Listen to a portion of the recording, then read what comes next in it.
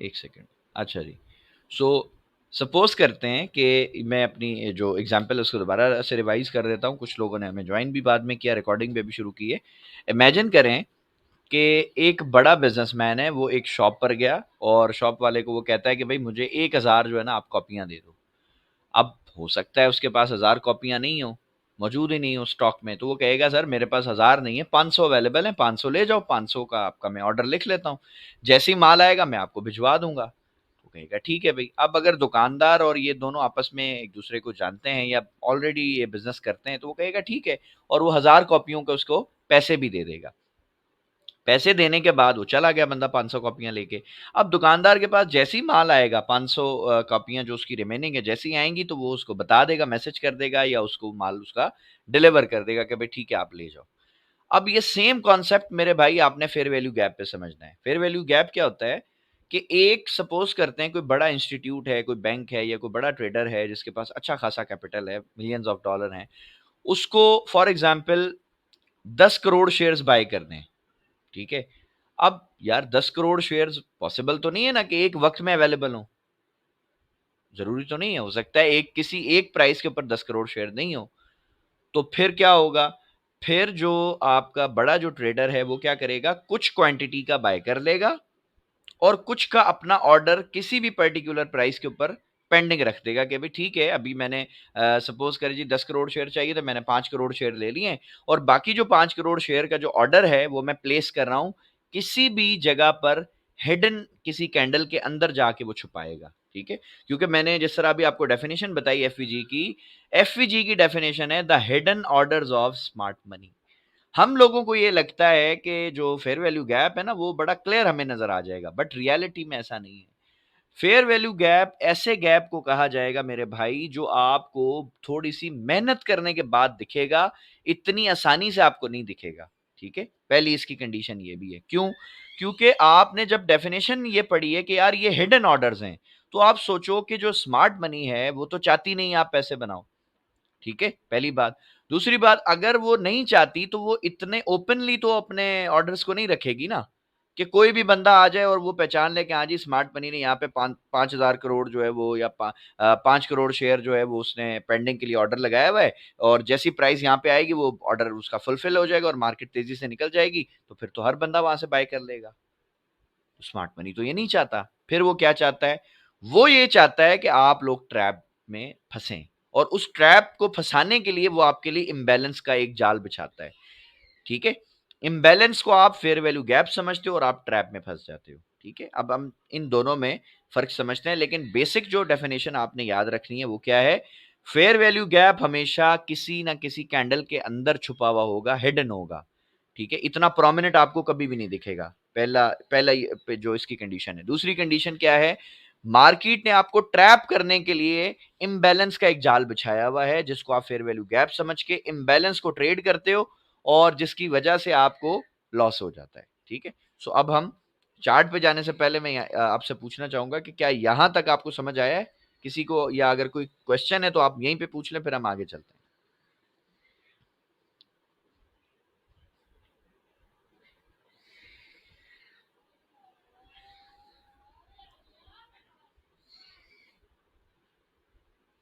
किसी भी मेरे भाई का कोई क्वेश्चन है तो अपना माइक ऑन करें और मुझसे पूछ लें या मैसेज में बता दें, और अगर नहीं है क्वेश्चन तो भी ठीक है, फिर हम आगे चलते हैं।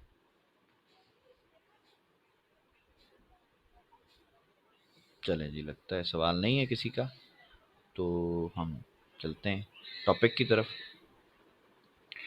अच्छा जी। सो अभी ये जो भी मैंने काम किया हुआ ना, मैं सब चीज़ों को डिलीट कर रहा हूँ सबसे पहले तो। ठीक है। ये सब सब कुछ मैंने ख़त्म कर दिया।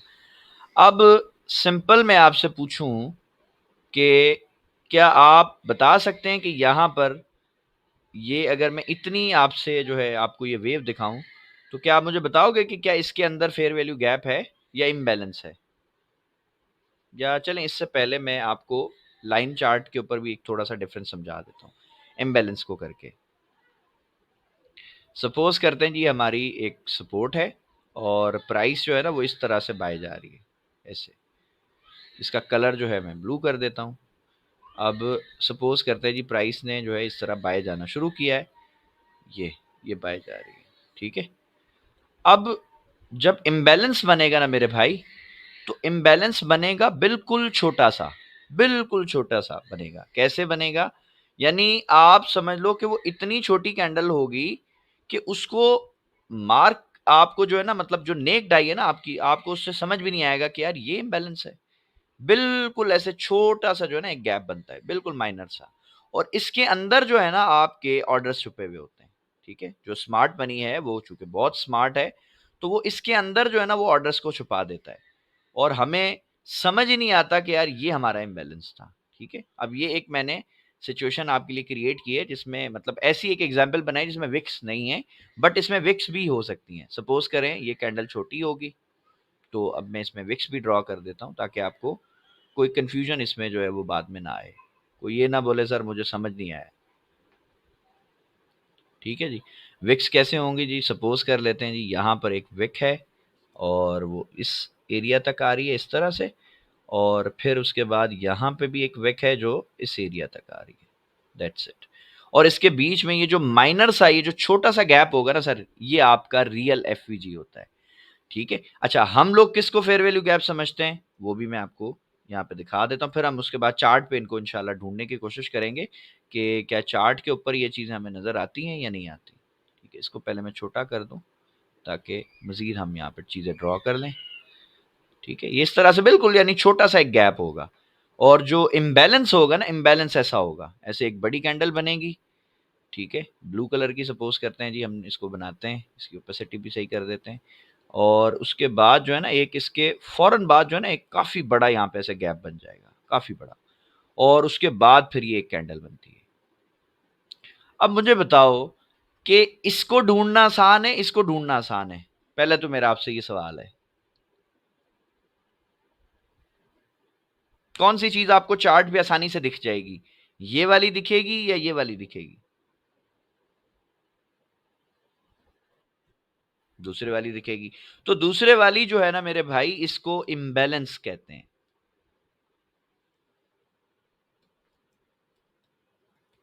इम्बैलेंस। इम्बैलेंस क्या होता है? भाई हमने अभी एक एग्जाम्पल में देखा था ना, हमने पढ़ा कि भाई जो स्मार्ट मनी है उसको तकरीबन जो है आप समझ लो कि 10 करोड़ शेयर चाहिए थे। तो 10 करोड़ शेयर चाहिए थे, 5 करोड़ तो उसको मिल गए। तो 5 करोड़ शेयर भी यार एक ह्यूज क्वांटिटी है ना, एक बहुत बड़ी क्वांटिटी है। अगर एक ही प्राइस पे 5 करोड़ की डिमांड आ जाएगी शेयर्स की, तो लाज़मी बात है प्राइस वहाँ से तेज़ी से निकलेगी। तो जब प्राइस तेज़ी के साथ ऊपर जाएगी ना, तो वो इस तरह इम्बैलेंस बनाती हुई जाती है। यानी ये वो एरिया है जहां पर ट्रेड हो चुकी है। यहाँ पे जो मार्केट ये जो इम्बैलेंस बना रही है, ये बना क्यों रही है? ताकि जो रिटेल ट्रेडर है वो यही समझे कि ये फेयर वैल्यू गैप है, ठीक है? बट जो रियल स्मार्ट बनी है उसको मालूम है कि इस पूरी मूव के अंदर कोई भी ऐसी अब चीज हमारे लिए, कोई पॉइंट ऑफ इंटरेस्ट हमारे लिए है ही नहीं। और जब इस तरह से इम्बैलेंस बन के मार्केट नीचे आती है ना, मिसाल के तौर पे अब मैं ये भी दिखाता हूँ कि ट्रैप आपके लिए कैसे बनता है। इसको हम साइड पे करते हैं। अब इमेजिन करते हैं कि जी मार्केट इस तरह बना के ना फिर फौरन ऐसे नीचे आ जाती है अक्सर। इसका कलर अब हम रेड करते हैं। ऐसे नीचे आती है, ठीक है? नीचे आने के बाद ये क्या करती है नॉर्मली, इस तरह से ना एक ऐसे कैंडल बनाएगी, और फिर जो है ना इसमें एक डोजी बन जाएगी ऐसी। इसमें भी एक विक आ जाएगी, और विक आने के बाद जो है ना फॉरेन मार्केट जो है इसके बाद जो है ना एक बाय की एक कैंडल बनाती है, जिसको हम बाय की डोजी कहते हैं। ठीक है, इस तरह से एक ब्लू कैंडल बनाएगी। इसका कलर भी ब्लू करते हैं। अब आप बताओ कि इस सेटअप के ऊपर आप क्या करोगे? बाय करोगे, सेल करोगे? कौन सी ट्रेड आपको लग रहा है कि इस सेटअप के ऊपर बनेगी?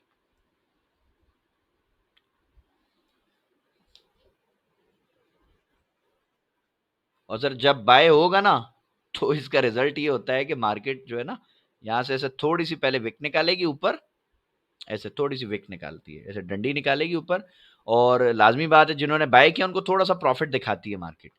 प्रॉफिट दिखाने के बाद फिर ये चीज होती है। अब ये एक कैंडल में भी नीचे आ सकती है और दो कैंडलों में भी नीचे आ सकती है। तो मैं दो कैंडलें बना लेता हूं, जो नॉर्मल जो है इसमें सेटअप अक्सर जो देखने को मिलता है ये।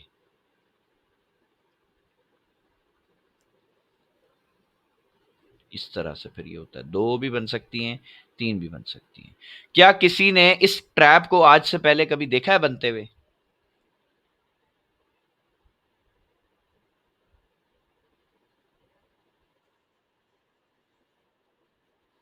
कई बार देखा है? सर ये 100% ट्रैप बनता है सर। 100% जिसको कहते हैं ना, वैसे नॉर्मली मैं कहता हूँ 90% बनता है, सर ये 100% बनता है। ठीक है? क्योंकि जो रिटेल ट्रेडर है ना, उसके लिए ये फेयर वैल्यू गैप था। उसने देखा कि हाँ जी ठीक है, टच हुआ, इसमें थोड़ी सी बाइंग आ गई, डोजी बन गई, बस बाय कर लो। वो जैसी बाय करेगा, मार्केट थोड़ी सी ऊपर जाएगी और दैट्स इट, खत्म, वापस नीचे आ जाएगी। और बाद औकात इतना ज्यादा गोल्ड गिरता है कि आप हैरान हो जाते हो कि ये हुआ क्या हमारे साथ। हमें समझ ही नहीं आता हम किस तरह से ट्रैप में फंस गए। तो भाई ट्रैप में आप इसलिए फंसे हैं because you are trading wrong FVG. ये एफवीजी नहीं है, ये इम्बैलेंस था। इसमें स्मार्ट मनी का कोई पॉइंट ऑफ इंटरेस्ट था ही नहीं, उसको तो ऑर्डर मिल गए थे यहां से। अब वो पागल है, यहां से दोबारा बाय करेगा? सपोज करो कि भाई, जिस तरह वो मिसाल याद रख लो कि जब मैं कॉपियां या कोई बड़ा बंदा कॉपी लेने गया, तो जब उसको 500 कॉपियां मिल चुकी हैं, तो वो 500 कॉपियों पे तो अब वो ट्रेड नहीं करेगा ना। अब वो जो रिमेनिंग उसका जो यानी ऑर्डर है 500 का, वो मिलेगा तो उसके लिए पॉइंट ऑफ इंटरेस्ट है ना। तो वो रिमेनिंग तो यहाँ पे ऑर्डर है ही नहीं, क्योंकि ये ऑर्डर तो एग्जीक्यूट हो गया उसका। रिमेनिंग ऑर्डर उसका इस तरह छोटे से फेयर वैल्यू गैप के अंदर छुपा हुआ होता है, और यहां पर आपको ऑर्डर मिलेगा। ठीक है? सो अगर आपने स्क्रीनशॉट लेना है तो आप ले लें। ठीक है, मैं यहाँ पे एफवीजी भी लिख लेता हूं, ताकि किसी को प्रॉब्लम नहीं हो। एफवीजी को आपको पता है फेयर वैल्यू गैप कहते हैं, और फेयर वैल्यू गैप की जो डेफिनेशन है वो भी मैं लिख देता हूं यहाँ पे। The hidden orders of smart money. ठीक है, अब देखें ना, आपको डेफिनेशन से ही समझ आ जाएगा कि यार जो स्मार्ट मनी है वो तो वैसे ही स्मार्ट है। वो पागल थोड़ी है कि वो इस तरह ओपनली अपने ऑर्डर्स को छुपा देगी कि भाई साहब आ जाओ, सारे बाय कर लो और आपको प्रॉफिट मिल जाएगा। नहीं हो सकता सर ऐसा। स्मार्ट मनी बहुत स्मार्ट है, वो अपने एफईजी को इस तरह छोटे छोटे एफईजीज के अंदर छुपा देगी, ताकि किसी भी नए बंदे को, रिटेलर को वो दिखे ही नहीं, वो समझ ही ना आए कि ये क्या बला था। और फिर वो उसके अंदर जब मार्केट, अब लेट से यहां पे जब टैप करेगी ना मार्केट, तो फिर ये आपको एक ट्रेड दे देगी। लेट से यहां से मार्केट ऐसे जब इसमें टैप करेगी, तो फिर ये इस तरह से आपको एक मूव मिलेगी। ठीक है, और ये मैं अभी आपको लाइव दिखाऊंगा भी इंशाल्लाह कि इस तरह से हुआ है या नहीं हुआ है। ठीक है, सो आपने टेंशन नहीं लेनी। अच्छा जी, मैं अब सारी चीजों को खत्म कर रहा हूं, और उससे पहले मैं पूछना चाहूंगा कि अगर यहाँ पे कोई क्वेश्चन है तो बता दें।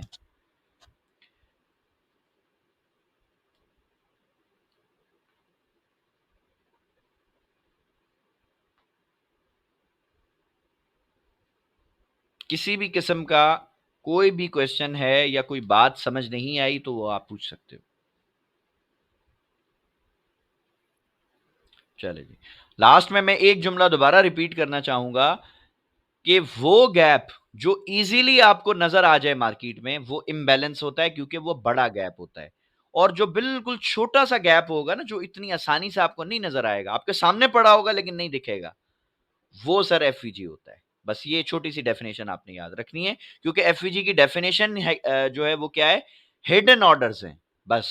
तो जो ऑर्डर ऑलरेडी छुपा हुआ है वो आपको इतनी आसानी से थोड़ा दिखेगा भाई। वो तो छुपा हुआ है ना, छुपे हुए का मकसद क्या है, कि वो नजर नहीं आना। ठीक है। अच्छा जी, अब मैं आपसे क्वेश्चन पूछना चाहूंगा सर, कि ये वाली जो एक मूव है मार्केट की, यहां तक बस, मुझे आप में से कोई बता सकता है कि क्या इसके अंदर कोई फेयर वैल्यू गैप है या नहीं है? मैं इसको थोड़ा और बड़ा कर देता हूं। देखें, इस डब्बे के अंदर देखें कि क्या इसमें फेयर वैल्यू गैप और इम्बैलेंस ये नजर आ रहे हैं आपको? क्या नजर आ रहा है? फेयर वैल्यू गैप नजर आ रहा है, इम्बैलेंस नजर आ रहा है? बताओ। इम्बैलेंस कहां पर है सर? क्या ये वाला इम्बैलेंस है? ये इम्बैलेंस था ना, देखें। हाँ, ये देखें जी, ये इम्बैलेंस था। ठीक है, लेकिन इसमें नॉर्मली चूंकि ट्रेंड स्ट्रांग होता है तो मार्केट आपको ट्रेड भी दे देगी। ठीक है, लेकिन मैं इसमें आपको एफवीजी भी दिखा सकता हूं सर। दोबारा देखें आप, इसी इसी वेव को, इस पूरे बॉक्स को देखें, इसमें आपको एफवीजी भी मिलेगा। थोड़ा-सा फ़ोकस करें।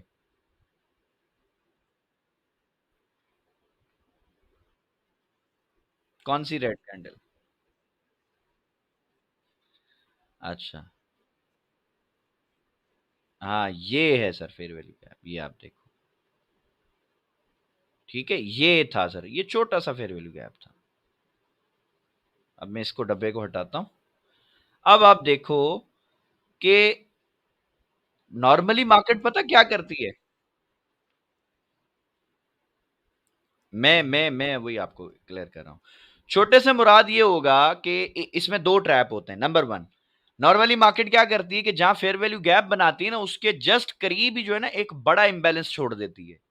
और एक कॉमन बिहेवियर है कि इंसान की जो नज़र है ना, वो हमेशा प्रोमिनेंट चीज़ के ऊपर जाती है। जो चीज़ वाज़ेह नज़र आ रही हो ना, उस पे जाएगी, और जब उस पे जाएगी तो फिर आपका फ़ोकस उसके इर्द-गिर्द ही घूमता रहेगा। आप बाकी चीज़ों को इग्नोर कर देंगे, ठीक है? पहली चीज़। दूसरी चीज़, जो फेयर वैल्यू गैप होगा ना, वो हमेशा बिल्कुल, अगर आप उसको पिप्स में काउंट करके देखें, जैसे मैं इसको पिप्स में अगर मेज़र करूँगा ना, तो अब आप हिसाब लगाओ कि 1 घंटे की कैंडल के अंदर सिर्फ $2.5 का फेयर वैल्यू गैप है। इमेजिन कर सकते हैं आप? H1 कैंडल है, ठीक है? अगर मैं छोटी कैंडल में जाऊँ तो उसको तो फिर मैं डिस्कस ही नहीं कर रहा। H1 के अंदर जो आपका नॉर्मली फेयर वैल्यू गैप होगा ना, वो $2.5 $3 मैक्सिमम $4 के अंदर-अंदर होता है। यानी छोटा-सा छोटा आपको मिल जाएगा। बाज़ औक़ात 1 डेढ़ डॉलर का भी फेयर वैल्यू गैप आपको मिलेगा। अब ये छोटा क्यों मिलता है? क्योंकि भाई ये हिडन ऑर्डर्स हैं। स्मार्ट मनी क्यों चाहेगा कि ये आपको नज़र आ जाएँ आसानी से? वो थोड़ी आपको देखने देगा, ठीक है? अगर आपको मैं दिखाऊँ, इसमें एक ये भी जो है वो ऑर्डर फेयर वैल्यू गैप था, ये आप देखो। लेकिन ये अभी तक फिल नहीं हुआ, ये देख लो। अब इसको मेज़र करके बताऊँ ये कितना है? सर $1 से भी कम है, 80 सेंट का है। सही है? अब ये क्यों इतना छोटा है भाई? क्योंकि इसकी डेफिनिशन आपने याद करनी है, हिडन ऑर्डर्स हैं, स्मार्ट मनी ने छुपाया हुआ है।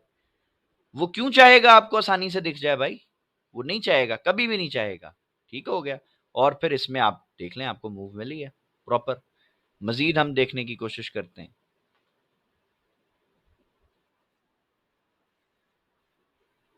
आ सकती है सर, बिल्कुल। लेकिन अब ये काम करेगा या नहीं करेगा, ये अल्लाह को पता है। सर वो बताता हूँ ना। एफवीजी की सर एक खास बात आपको बताऊँ ना, हिडन ऑर्डर्स का मतलब क्या है कि मार्केट ने यहाँ पेंडिंग ऑर्डर लगाया हुआ है, ठीक है? अभी उसको यहाँ पर जो उसको क्वांटिटी चाहिए थी, वो अभी नहीं मिल सकी। यानी पहले उसको यहाँ से कुछ क्वांटिटी मिली, फिर उसने यहाँ पर जो है कुछ अपने ऑर्डर्स लगा दिए, तो यहाँ पर प्राइस नहीं आ सकी, और उससे यहीं पे अपनी सर्टेन अमाउंट ऑफ जो क्वांटिटी चाहिए थी, उसने लेके और ये निकल गई प्राइस ऊपर।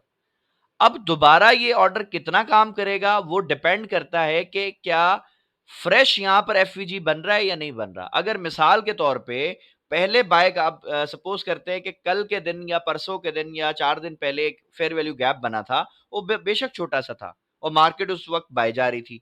लेकिन अब मार्केट जब सेल आ रही है और सेल के अंदर रीसेंट जो फेयर वैल्यू गैप बना है, तो सर मेरा आपसे सवाल है, बताएँ आप किसको वैल्यू ज़्यादा दोगे? जो 2 दिन पहले बना था या 4 दिन पहले बना था या जो 1 दिन पहले बना था या जो आज बना है? इम्पोर्टेंट कौन-सा है? दैट्स इट सर, यही है, आपके सवाल में सर जवाब है। जो एक्टिविटी रीसेंट होती है ना सर, वो है बस काम की, और जो रीसेंट नहीं है वो बस ठीक है, वो गुज़ारा है। वो काम कर भी सकता है, नहीं भी कर सकता। अब ये वाला जो ऑर्डर है ना, ये जो फेयर वैल्यू गैप है ना सर, ये पता है ये क्यों बनाया है? आप में से कौन बताएगा कि ये यहाँ पर क्यों बनाया गया है? कोई बता सकता है? ये सेटअप यहाँ क्यों बना है?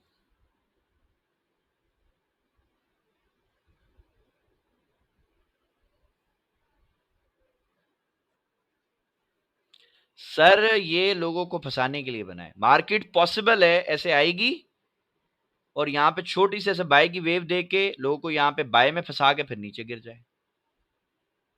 क्या इस तरह का सेटअप देखा है आपने? आपके ऑर्डर ब्लॉक पे अगर कोई ट्रेड करता हो तो वो मुझे बताएगा कि क्या ऑर्डर ब्लॉक इस तरह से फेल होते हुए देखे हैं किसी ने? तो फिर? तो ये ऑर्डर ब्लॉक्स फंसाए बनाए जाते हैं रिटेलर्स को फंसाने के लिए। वो रिटेलर देखेगा यहाँ पे, हाँ यार ठीक है, बाय की एक दो डोजियां बन गई हैं, कोई इंगल्फिंग बन गई है छोटे 5 मिनट 10 मिनट में 15 मिनट में, वो यहाँ पे बाय लगाएगा, मार्केट थोड़ी ऊपर जाएगी और खत्म, वापस नीचे आ जाएगी। ठीक है। सो ये ट्रैप्स हैं बेसिकली, ये बनाए जाते हैं। अच्छा जी, एक और मैं यहाँ पे देखने की कोशिश करता हूँ कि अच्छा जी, ये जो वेव है, ये जो वेव है, इसका फेयर वैल्यू गैप जो है ना, आपने ढूंढना है इस वेव के अंदर, बताएं कहाँ है। ये वाली पूरी मूव जो है ना, इसका फेयर वैल्यू गैप इधर पे कहीं है। तो अब मैं इसको बड़ा करता हूं और आप मुझे ढूंढ के बताओ कहां पर है, जिसकी वजह से ये हमें वेव मिली है पूरी की पूरी।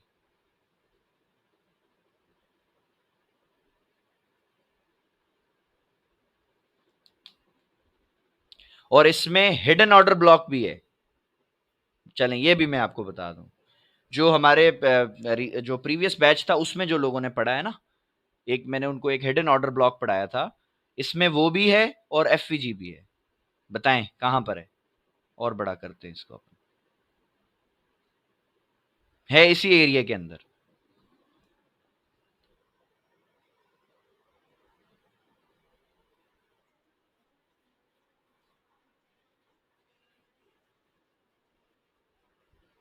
यहां पर, इधर, यहां पे कहां है, यहां नहीं है।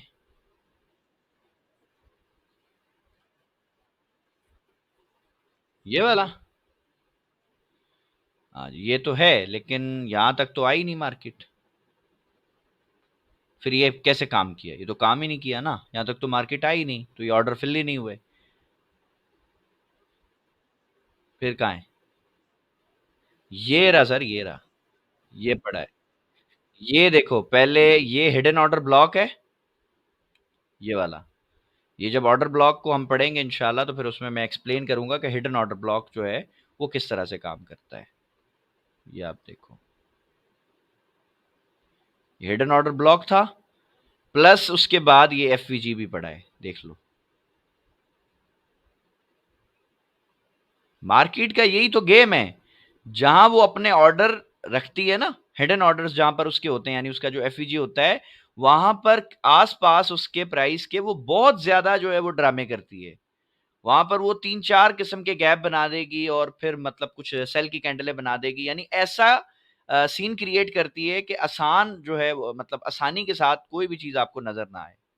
अब ये देखो ना, ये क्या किया इसने, ये छोटा सा आपका क्या है, ऑर्डर ब्लॉक है, हिडन ऑर्डर ब्लॉक, ये आपका एफवीजी है, और प्राइस ने देखो इसमें टच किया और कितनी स्ट्रांग जो है ये मूव दी है। अगर इसको मूव को हम यहाँ से कैलकुलेट करें ना, एग्जैक्ट इस जगह से अगर हम करें कि कितनी मूव है, तो आप ये देखो तकरीबन $44 की मूव है। ठीक है, तो एक अच्छी वेव आपको मिली है यहाँ से, जबरदस्त वेव मिली। लेकिन जिस तरह मैंने आपको वॉल्यूम पढ़ाया था और मैंने क्लियर ये कहा था कि भाई मैं इसको यूज नहीं करता, इसी तरह एफवीजी और ये ऑर्डर ब्लॉक्स ये सब पढ़ाने हैं मैंने आपको, क्योंकि कोर्स का हिस्सा है हमारे। बट मैं फिर आपको ये बता दूं कि मैं इनको यूज नहीं करता बिल्कुल भी। उसकी वजह क्या है, उसकी वजह ये है कि भाई एक तो इस पे एनर्जी बड़ी कंज्यूम होती है, बहुत ज्यादा दिमाग लगता है। दूसरा, समझ नहीं आता कि एग्जैक्ट कौन सा वाला फेयर वैल्यू गैप काम करेगा, ये समझना बहुत मुश्किल हो जाता है। तो इसलिए मैं इन सारी चीजों को इस्तेमाल ही नहीं करता। मैं क्या कॉन्सेप्ट यूज करूंगा, मैं इस पूरी वेव के अंदर ना बस इस स्विंग को पकड़ लूंगा बस। क्यों, क्योंकि मेरे लिए भाई ये लिक्विडिटी एरिया है। ये हम देखते हैं और आगे चेक करते हैं कि क्या प्राइस ने इसको कुछ रिस्पेक्ट दी थी। तो ये वाला एरिया तो अभी तक काम नहीं किया, ठीक है, कोई बात नहीं, यहां से प्राइस उठी है, फिर ये इसने रीसेंट स्विंग बनाए, तो अब यहां पर एक ये लिक्विडिटी एरिया है और फिर ये वाला लिक्विडिटी एरिया है। तो इसको भी आप देखो इंड्यूसमेंट किया है, स्वीप कर लिया, और इसको इंड्यूस और स्वीप करने के बाद प्राइस यहां से आपको एक बहुत अच्छी यानी कि एक वेव चला दी आपकी बाय की। तो मेरे लिए इसीलिए लिक्विडिटी एरिया ज्यादा इंपॉर्टेंट। अब ये देखो, यहां पर भी एक ये लिक्विडिटी एरिया था, ठीक है, इसको टच किया, प्राइस ने ऊपर निकल गई, लेकिन अगर आप इनको देखो, इन दो एरियाज को, तो प्रॉपर यहाँ पे इंड्यूसमेंट आई है, लिक्विडिटी स्वीप भी हुई है, इंड्यूसमेंट भी आई है, और प्राइस देखो कहां से कहां निकल गई है। सही है। सो ज्यादा जो वैल्यू आप दोगे, मेरे नज़दीक जो मेरी स्ट्रैटेजीज़ हैं, उनके हिसाब से मैं आपको बता रहा हूँ। मैं ज़्यादा इम्पोर्टेंस जो है वो लिक्विडिटी को देता हूँ। मैं फेयर वैल्यू गैप को, ऑर्डर ब्लॉक्स को इम्पोर्टेंस नहीं देता हूँ, लेकिन चूँकि ये हमारे कोर्स का हिस्सा है, हमारे सिलेबस का हिस्सा है, तो ये भाई पढ़ाने पड़ते हैं। ठीक है? एटलीस्ट इसलिए आप पढ़ लो कि कल को जब कभी आप किसी से बात करो या कोई टॉपिक ऐसा आ जाए, या हो सकता है कभी ऐसा फ्यूचर में वो लिक्विडिटी ना काम करे, तो फिर एटलीस्ट आपके पास कोई अल्टरनेट तो हो ना इसका। ठीक है? सो पॉसिबल है ऐसा भी कोई वक़्त आ जाए, हो सकता है 10, 20, 50 साल बाद कि भई लिक्विडिटी ना काम करे, फिर फेयर वैल्यू गैप काम करने शुरू हो जाएँ, ऑर्डर ब्लॉक्स काम कर लें। लेकिन अभी फ़िलहाल जो है लिक्विडिटी किंग है। लिक्विडिटी से अच्छी कोई स्ट्रैटेजी नहीं है, ठीक है? और इस पूरे वीक में हम ये फेयर वैल्यू गैप और ब्रेकर ब्लॉक्स, इन दोनों चीज़ों को यूज़ करके और ऑर्डर ब्लॉक्स को, इनको यूज़ करके ही हम एंट्री लेने की भी कोशिश करेंगे। बट उस एंट्री में मोस्ट जो इम्पोर्टेंट जो किरदार अदा करेगी ना, वो लिक्विडिटी ही करेगी। सही है? सो इसलिए मैंने लिक्विडिटी को इसमें लाज़मी जोड़ा है। बिकॉज़ मेरी स्ट्रैटेजीज़ जो भी हैं, जो भी मैं काम करता हूँ, मैं उसमें सबसे पहले लिक्विडिटी देखता हूँ। अगर लिक्विडिटी आपको समझ आ गई है ना, तो फिर अगर आपको फेयर वैल्यू गैप और ऑर्डर ब्लॉक में अगर आप कच्चे भी हो, आपको नहीं भी समझ आ रहा, तब भी इंशाल्लाह आपकी डायरेक्शन क्लियर हो जाएगी और आपको ट्रेड अच्छी मिल जाएगी। सही है? सो किसी का कोई क्वेश्चन है तो वो पूछ सकता है।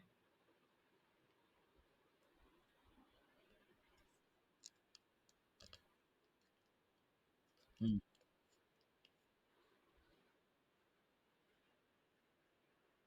हुँ।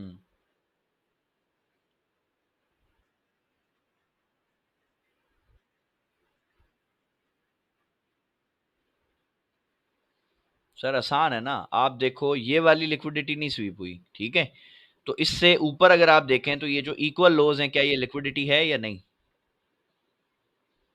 ये आप पहले बताएँ। ये लिक्विडिटी है? ठीक हो गया, आपने इसको मार्क कर लिया था, ये देख लो। अब आप देखो कि इस लिक्विडिटी एरिया के पास या इस सपोर्ट एरिया के पास प्राइस आपको बाय करवा रही है, सेल करवा रही है? क्या करवा रही है? As a beginner, as a retail trader, आप इन कैंडल्स को देख के, ये पूरी वेव को देख के क्या करना पसंद करोगे? बाय की ट्रेड लोगे, सेल की लोगे? सेल ही बनेगा, और सेल बनेगा तो हमें तो पता था कि लिक्विडिटी और इसको स्वीप करते ही इंड्यूसमेंट बनते ही मार्केट बाय दे देगी। और अगर आप स्ट्रक्चर को भी छोड़ दो, ये इनसाइड कैंडल को ही अगर आप ले लें ना, क्योंकि इनसाइड कैंडल का फार्मूला ये होता है कि जब मार्केट 30% से ज्यादा दोबारा इनसाइड कैंडल क्लोज कर दे, तो वो ऑलरेडी जो है वो एक सिग्नल होता है कि भाई मार्केट जो है वो सेल नहीं जाएगी, बाय चली जाएगी, ये बाय चलेगी। अब यहां से अगर आप बाय कर रहे हो, लेट्स सपोज, तो अब मुझे ये आप बताओगे कि यहाँ से जब आपने बाय किया, आपका ऊपर साइड की तरफ लिक्विडिटी का जो एरिया है, किसको टारगेट करोगे? कौन-सा टीपी आपका होगा? कौन-सा है हाई? बताएँ आप। प्राइस बताएँ उसकी, कौन-सी प्राइस निकल के आ रही है?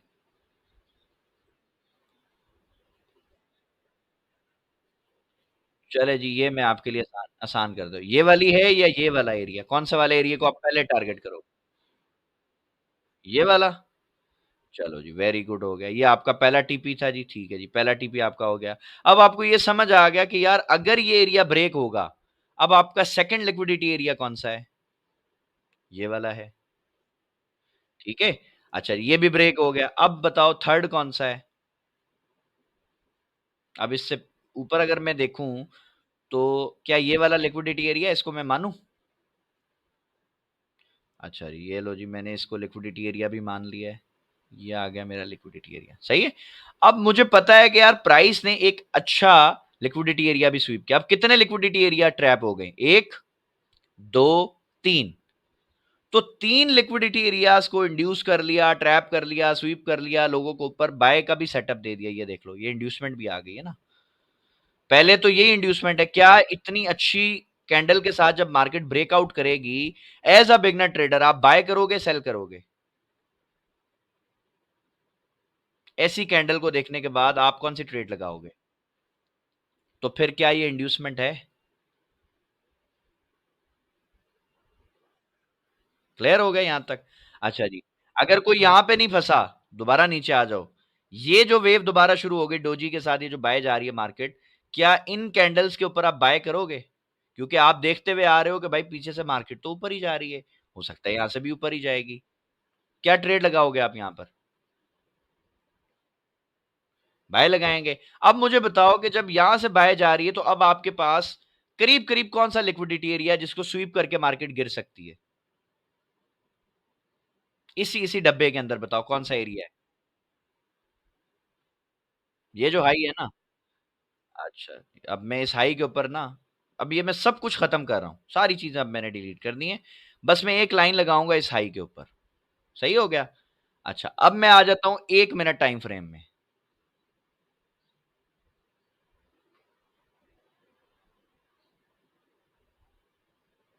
ये मेरी लाइन है ना। सही है सर। ये मैंने लाइन लगाई है। इसके अलावा तो अपने पास कोई लाइन भी नहीं है। अब हमें पता है कि हमें सेल की ट्रेड लेनी है। कहां से लेनी है? इस लाइन के ऊपर अगर हमें कोई सेल का एविडेंस मिलता है तो हमें सेल लेना है। ऐसा ही है? सही है गलत? तो अब आप ये देख लो, आपको तो इसने बड़ा प्यारा सेटअप दिया यार। क्या ये इंगल्फिंग आपके लिए सेल का एविडेंस नहीं है? क्या आप इतना छोटा भी रिस्क नहीं ले सकते? बताएं। ले सकते हैं। $1.5 का यार। अगर 10 की भी 10। सर मेरे को इतनी खुशी हुई, मैं जब सुबह फजर के लिए उठा, मैंने वो उस पे रिएक्शन भी दिया, अगर आपने देखा हो, आपकी वॉइसेस भी सुनी। हमारे इनामुल रब साहब जो हैं, इन्होंने ये मूव ऑलरेडी प्रेडिक्ट कर दी थी। मैं दिखाता हूँ, इनके मैसेजेस भी दिखाता हूँ सबको।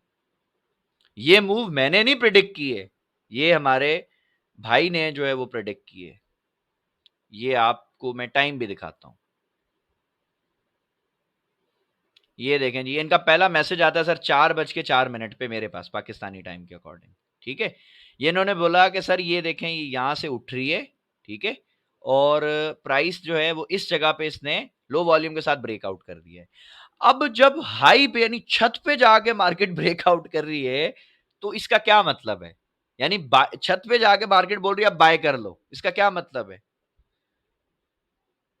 इतने सारे कॉन्सेप्ट पढ़ने के बाद ये तो समझ आ गया ना कि जब मार्केट बहुत हाई प्राइस पे चलेगी है, अब वहां पे अगर वो बाय का सिग्नल दे रही है तो क्या वो सही है या गलत है? बस ये मेरा आप सबसे सवाल है, बताएं।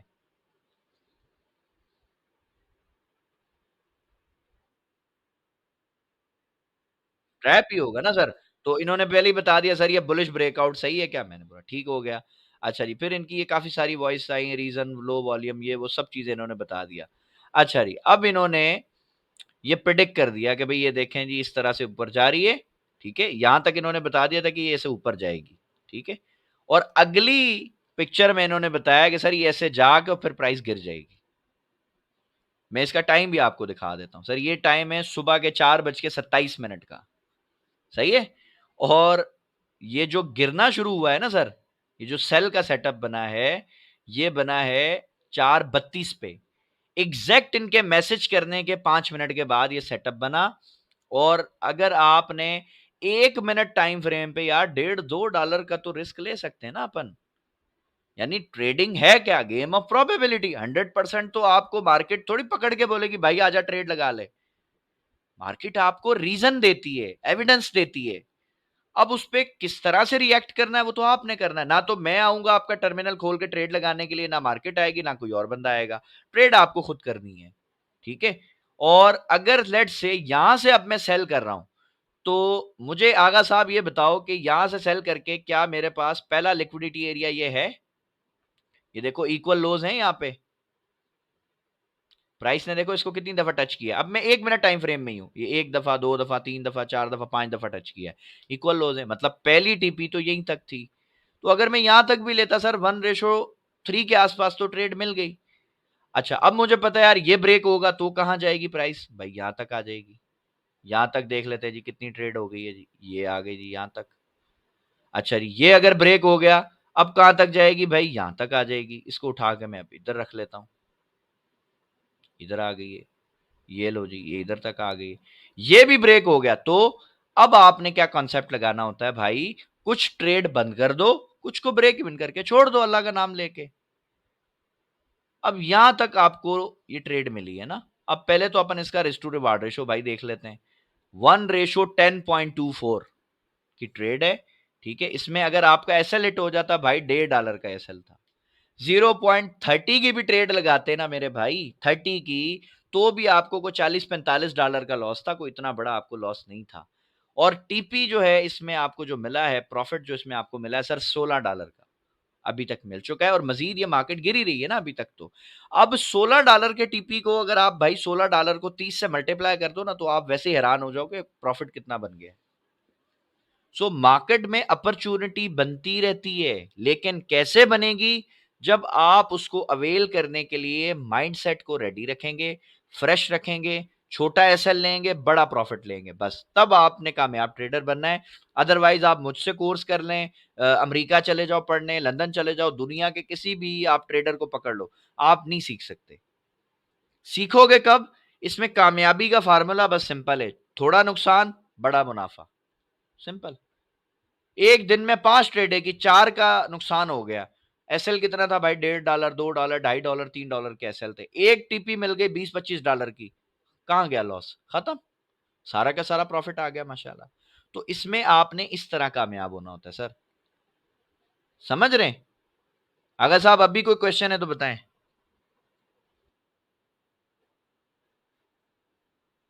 बस अभी अल्लाह का नाम ले, देखिए मेरी बात सुने, मैं आप समझ रहा हूं आपकी, अगर आपने लॉस किया है, आपको फोमो है, बहुत सारे कॉन्सेप्ट हैं, बहुत सारे मसले हैं। आप ऐसा करो, $5 का या $10 का ना एक सेंट अकाउंट बनाओ। $10 में मेरे भाई आपको 1000 सेंट मिल जाएंगे। आपने सोचना है ये मेरे $1000 हैं, सेंट नहीं है। अगर पूरा 30 दिन या 22 दिन आपने ट्रेड की उस 1000 सेंट पे, और पूरे महीने में आपने जस्ट उसको 1200 कर लिया ना, तो आप समझ लो आपने दुनिया की जितनी भी प्रॉफिट देने वाली जो कंपनियां हैं या जो बैंक्स हैं या जो इंस्टीट्यूट्स हैं ना, आपने सबको बीट कर दिया है। पता है ये बात आपको? पूरी दुनिया में जो प्रॉफिट रेशियो है ना सर, वो 8% से लेके 12-14% तक है साल का। और अगर कोई इंसान एक महीने में $1000 का 1200 बना लेता है या 1000 सेंट का 1200 बना लेता है, तो सर उसने 20% का प्रॉफिट ले लिया है महीने का। साल की एवरेज निकाल लो मेरे भाई, आप हैरान हो जाओगे। 1000 का 1200 बनाना तो मसला नहीं है ना, $200 पूरे मंथ में बनाना कौन सी बड़ी बात है यार। लेकिन प्रॉब्लम कब आती है? जब हम बोलते हैं नहीं, हमने 1000 को 5000 एक दिन में करना है या 10 दिन में करना है। ये अप्रोच गलत है। रियलिस्टिक अप्रोच के साथ आओ, थोड़ा थोड़ा प्रॉफिट बनाओ, 0.5 0.10 के साथ काम करो। अगर आपको पूरे महीने में मेरे भाई $50 की भी ट्रेड मिल गई ना, और आपने 0.10 के साथ काम किया है, यार आप 1000 के अकाउंट को 1500 पे ले जाओगे मेरे भाई, कोई मसला नहीं है। 50% आपने जो है वो प्रॉफिट कमा लिया है महीने में, और क्या चाहिए? अगर 50 की भी नहीं कर सकते, 25 का भी, अगर आपने $25 की भी मूव अगर आपने कैश कर लिए, तो $1000 का आपने तकरीबन $1250 कर लिया मेरे भाई। 25% की आपके पास आपने ग्रोथ ले ली एक महीने में। आप सोचो साल का क्या बनेगा? समझ रहे हैं? सो हमेशा छोटे टारगेट बनाओ और रियलिस्टिक अप्रोच के साथ आओ। कोई भी बंदा ये नहीं हो सकता कि वो रातों रात अमीर हो जाए, सवाल ही नहीं पैदा होता। मैं मान ही नहीं सकता इसको। जो बोलता है, जो ये मंजन बेचता है कि आज मैं $10 से आपको $1000 बनाना सिखाऊं, बकवास करता है। सब बकवास बात है। कोई ऐसा नहीं कर सकता। हाँ, कोई हजारों में कोई एक बंदे का तुक्का लग जाएगा, तो वो फिर एक उसकी किस्मत है। लेकिन मेजॉरिटी में ऐसा नहीं होता। हाँ, नहीं सर बेचते हैं। ऐसे बड़े सर यूट्यूब पे बैठे हुए हैं, मैं आपको अभी क्या-क्या बताऊँ। आय हाय! अभी कराची का एक हमारा दोस्त है, अच्छा, पता नहीं उसको बुढ़ापे में क्या, उस वो अपना मुर्दा खराब कर रहा है। वो इन्वेस्टमेंट लेना शुरू हो गया है गोश्त के कारोबार में। बड़ा फेसबुक के ऊपर उसकी पोस्ट आ रही हैं, तो मैंने उसको पर्सनली मैसेज किया। मैंने बोला, "भई तू ये क्या कर रहा है अल्लाह के बंदे? गोश्त का जी हम कारोबार करते हैं, आप हमें इन्वेस्टमेंट दें, हम आपको प्रॉफिट देते हैं।" है को मानने वाली बात? यार गोश्त का तुम कारोबार करते हो, गोश्त के कारोबार में कोई इतना पैसा है कि मास उसमें आप वो लोगों का जो है वो इन्वेस्टमेंट डलवा रहे हो। सबको पता है डबल शाह है, और प्रॉफिट कितना दे रहा है? आपकी सोच से भी ज़्यादा। सर इन्फ्लुएंसर है ना, इन्फ्लुएंसर्स को अब मैं एक सिंपल एक लॉजिक देता हूँ। मेरा यूट्यूब चैनल है, ठीक है? इस पे कोई मेरा ख़्याल 400 सवा 400 अभी होने वाले सब्सक्राइबर। अगर मैं किसी भी कराची के यूट्यूबर को 2-4 लाख रुपए दे दूँ, और मैं उसको बोलूँ कि भाई ये तू एक मेरे साथ पॉडकास्ट कर ले और ये मेरा जो है ना प्रमोट करवा दे। आपको क्या लगता है कितना टाइम लगेगा मुझे इस पे, इसको मोनेटाइज़ भी ये चैनल हो जाएगा और इस पे अच्छे खासे व्यूज़ भी आ जाएँगे। कोई मसला है ये करने में? कुछ भी नहीं है ना, 2, 4, 5 लाख, 10 लाख लग जाएँगे चलो। तो मुझे पता है अगर मैं 10 लाख लगाऊँगा 1 करोड़ कमा भी लूँगा। लेकिन मुझे उससे फ़ायदा क्या? मैं क्यों मंजन बेचूँ यार लोगों के पास जाके? मेरे पास अच्छे लोग आ रहे हैं, पढ़े-लिखे लोग आ रहे हैं, सुलझे हुए लोग आ रहे हैं, मेरे लिए इनफ़ है। अल्हम्दुलिल्लाह दुबई के जो अपना यूएई के अपना इसके सऊदी अरब के जर्मनी के, साउथ कोरिया के, वहाँ के पढ़ी-लिखी कम्युनिटी मुझे जॉइन कर रही है। तो मेरे लिए वो अच्छा है। मैं डबल शाह लोगों को क्यों अट्रैक्ट करूँ? मैं क्यों बोलूँ मुझे आप 1 लाख दे दो, मैं आपको 5 लाख देता हूँ। मुझे क्या ज़रूरत है भाई उसका 1 लाख लेने की? हमारे काफ़ी स्टूडेंट्स जो है, जो अभी पढ़ रहे हैं मुझसे, इन्होंने मुझे शुरू में ऑफ़रें कराना शुरू कर दी थी, सर हम आपको अकाउंट देते हैं, आप ट्रेड करो। मैंने कहा यार अगर मैं ट्रेड ही करनी है, मैं तेरे लिए क्यों करूँ भाई? मैं अपने लिए करूँगा ना, मेरे पास अगर मुझे ट्रेडिंग आती है, मुझे पैसा कमाना आता है, मैं तुम्हें क्यों कमा के दूँ? और कोई भी बंदा सर किसी को पैसा नहीं कमा के दे सकता, मैं मान ही नहीं सकता। इंसान अपने पैसे का जितना उसको खुद को दुःख या खुशी होती है ना कमाने की या गँवाने की, किसी और को नहीं हो सकती भाई, आप ही को होनी है। मिसाल है मैंने एक कारोबार में 10 लाख रुपए लगाया है, तो वो मेरा पैसा है ना अगर, तो मेरे नौकर को, मेरे एम्प्लॉयी को उसका दुःख नहीं आएगा, भले मेरा नुकसान हो जाए। मेरा सारा पैसा तबाह उसको क्या है? वो हाँ, वो बोला मेरे को तो वो बोला मुझे तो तनख्वाह मिल रही है ना मेरी बला से, मालिक कमाए नहीं कमाए भाड़ में जाए। तो ये रियल है, ठीक है? सो इसी तरह आपने मेरे भाई समझना है। अब कुछ भाइयों ने इसी क्लास में अभी हैं, हमारी बहन उन्होंने कहा सर पीएसएक्स तो मैंने कहा भाई ये देख लो। हालाँकि मेरे पास तो पूरा ऑफ़िस है अल्हम्दुलिल्लाह पीएसएक्स का और पीएमईएक्स का। मैं तो कंसल्टेशन दे रहा हूँ लोगों को कि भई आ जाओ हम आपको बताते हैं यहाँ लगा दो पैसा, यहाँ लगा दो। लेकिन मैं क्यों किसी को बोलूँ कि नहीं जी मैं बोलूँगा, आप अगर खुद मेरे पास चल के आ रहे हो, फिर आपको किसी ने बताया कि हाँ यार फला बंदा है और आप मेरे पास आए हो, तो मेरी डिमांड्स के ऊपर आप बात मानोगे ना। अगर मैं आपको कोई ऑफर दूँगा, आपको लगेगा मंजन बेच रहा है। मैं क्यों किसी के पास जाऊँ भाई? हाँ, मुझे जो काम आता है मैं अपना वो काम कर रहा हूँ। जो मेरे पास थोड़ी बहुत अल्लाह ने जो मुझे इल्म दिया है, जो नॉलेज दी है, मैं वो शेयर कर रहा हूँ। अगर किसी को लगता है कि हाँ यार ये मेरे काम की चीज़ है, वो आएगा मुझसे जुड़ जाएगा। नहीं लगता है तो अल्लाह उसको खुश रखे। मैं मंजन क्यों बेचूँ? मैं क्यों प्रमोशंस करवाता फिरूँ? मैं क्यों जाके अपने इंटरव्यू दूँ कि जी मैं ऐसा था, मेरा बाप ऐसा था, मेरा दादा ऐसा था, मैंने इतनी मुश्किलें की, ये किया। भाई मैंने कुछ भी नहीं किया। मेरी लाइफ़ अच्छी है अल्हम्दुलिल्लाह, बहुत मज़े की लाइफ़ गुज़ार रहा हूँ। पहले भी अच्छी थी, अब थोड़ी ज़्यादा बेहतर है, अल्लाह का शुक्र है। तो मंजन नहीं बेचना है। उनको काम ही नहीं आता है। उनका मतलब उनकी रोज़ी-रोटी इससे चल रही है ना, मसला ये है। अभी कल हमारी बहन है, उन्होंने एक ट्रेड लगाई थी, आप क्लास के दौरान ही आई थिंक मैंने उनको कहा था कि भई अभी आप इसको होल्ड कर लो। 77 तक का कहा था, वो तो माशाल्लाह 3400 से भी ऊपर चला गया, ठीक है? सो अच्छी ट्रेड्स अगर आपको मिलती हैं, उनको उनकी कदर करें और उनको होल्ड करके देखें आप। आपको मज़ा आ जाएगा इंशाल्लाह। अब कल उन्होंने ये ट्रेड लगाई थी 0.01 की। सोचो अगर ये ट्रेड होती 0.10 के साथ चलो, स्टैंडर्ड लॉट की मैं बात ही नहीं करता। सिर्फ 0.10 की अगर ये लॉट होती, तो तकरीबन उनको 1.5 लाख से ज़्यादा, पौने 2 लाख के करीब-करीब का प्रॉफिट होना था। या मेरा ख़्याल 2 लाख के करीब ही होना था, $600 के आस-पास जो है वो ट्रेड है। 500-600 ऐसे कोई है, $40 है तब भी उनको 400 प्लस ही प्रॉफिट होता, ठीक है? सो इस तरह अगर आपको यार पूरे मंथ में एक ही ट्रेड मिल जाए, आपको क्या ज़रूरत है टेंशन लेने की? ये मंजन वो बेचेगा जो काम नहीं आता। बिल्कुल, बिल्कुल। सब मज़ आप सोचो ना आपने एक प्रेडिक्शन की सुबह 4 बजे उठ के कि भई ये गिरेगा आज और मार्केट गिर गई। तो आपके अंदर तो समझ लो एक एक नया एक इंसान ऐसा लगता है पैदा हो गया है और एक नई एक ताकत आ जाती है। हाँ, बिल्कुल, बिल्कुल, मज़ा आता है।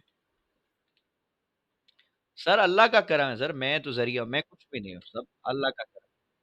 बस शुक्र है सर उसका मालिक का, जो मैंने थोड़ा बहुत सीखा है मैं शेयर करता रहता हूँ। शुक्र है अल्लाह का, बस अल्लाह का बड़ा एहसान है, आप भाइयों की दुआ है, ठीक है ना? और अब आप देखें कैसी मज़े से गिरी। अब अगर लेट्स से ये इधर आ जाता है, ये यहाँ तक गिर जाता है आज, ठीक है? आज ही के दिन, तो यार ये इमेजिन तो करो ये ट्रेड कैसी बला है। $38 की ट्रेड है और रिस्क टू रिवार्ड रेशियो 1:24.33।